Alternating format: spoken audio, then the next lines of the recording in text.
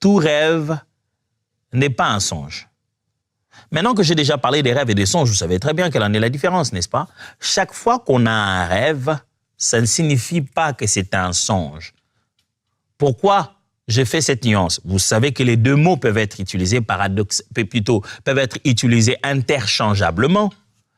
Mais vous savez aussi que j'utilise ces deux mots pour essayer de nuancer juste une petite chose. Je vais juste dire que chaque fois qu'on a eu un rêve la nuit, ce n'est pas nécessairement un rêve qui vient de Dieu et ce n'est pas nécessairement un rêve qui a un sens spirituel. Il n'y a pas nécessairement quelque chose à aller découvrir dedans.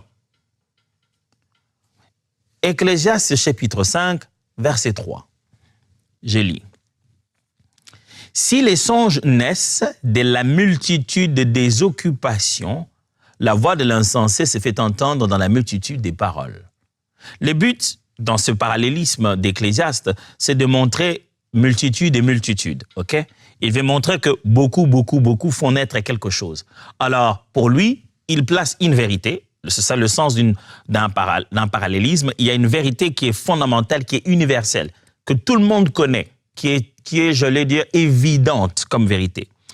On place cette vérité évidente et puis on vient placer l'autre enseignement qu'on veut faire comprendre aux gens, qui, en fait, est basé sur cette même vérité évidente.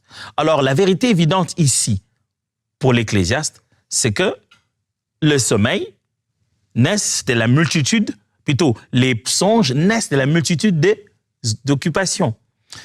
Il arrive qu'on ait tellement de choses à faire pendant la journée, la vie qu'on a menée pendant la journée aboutit à des songes. Alors, c'est ce qu'il veut montrer. Il veut dire, autant quand on a trop travaillé, on a des songes, autant l'insensé, la voix de l'insensé fait entendre que beaucoup des paroles. Les anciens s'agitent et il ne fait sortir que des paroles. De la même manière, quand on s'est agité dans la journée, on a fait sortir des songes. Ici, dans son idée, c'est pour dire des rêveries, des choses qu'on a vues dans l'image, dans la nuit, mais qui ne s'accompliront pas. C'est la même manière. L'insensé se met à parler, à débiter plein de paroles, mais ce sont des rêveries, c'est du n'importe quoi, c'est vide. Mais là, la vérité fondamentale qu'il a utilisée, universelle vérité, à laquelle il veut comparer cette vérité contextuelle, c'est que le songe naisse des préoccupations ou des occupations de la journée.